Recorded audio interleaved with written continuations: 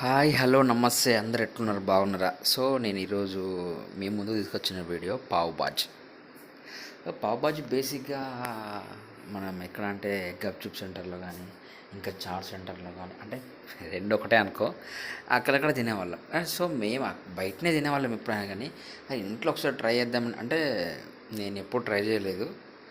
చాలా ప్రాసెస్ ఉంటుంది కదా, దానికి గ్రీన్ పీస్ కావాలి, ఆలు కావాలి, బటర్ కావాలి, ఆనియన్స్, క్యాప్సికమ్. సో ఇవన్నీ బయట దొరుకుతాయి మార్కెట్లో, కానీ మన ఇంట్లో మన టైంకి అందుబాటులో ఉన్నాయి కదా. మనం ప్లాన్ చేసుకున్నప్పుడే అవన్నీ ప్రిపేర్ చేసుకుంటాం. సో నిన్న మేము స్మార్ట్ బజార్కి వెళ్ళి దానికి కావాల్సిన కొన్ని గ్రీన్ పీసు, బఠానీ ఇంతకుముందు చెప్పిన వాటిని తెచ్చుకొని నైటే చేసినాం. ఇక నైటే తినేసినాం. ఎట్లుందంటే సూపర్ ఉంది. అందులో కొంచెం కస్తూరి మీద వేసినాక ఇంకా టేస్ట్ సూపర్ వచ్చింది. ఆ బటరు మంచిగా కలుపుతా అంటే మాత్రం ఆ బటర్ స్మెల్ ఆహా.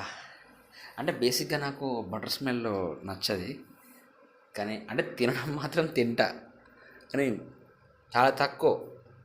కానీ సూపర్ అంటే సూపర్గా వచ్చింది. సో ఎలా తయారు చేయాలి విధానం అంటే ఇప్పుడు మీకు ఆల్మోస్ట్ తెలిసే ఉండొచ్చు. సో జస్ట్ మీరు చూసి సరిపోద్ది. అంటే నాకు వచ్చిన విధంగా నేను ట్రై చేశా, కానీ బాగుంది. చాలా అంటే చాలా బాగుంది. ఫస్ట్ టైం ట్రై చేశాం ఇంట్లో పావు బాజీ. బ్రెడ్ కూడా నేను ఇక్కడ అంబర్పేటలో బేకరీలో తెచ్చాను, చేనంబర్ దగ్గర. ఆడ కొంచెం ఫ్రెష్ ఉంటుందని అక్కడ తెచ్చాను. సో మా పావు బాజీ రెడీ. చూడండి, వావ్.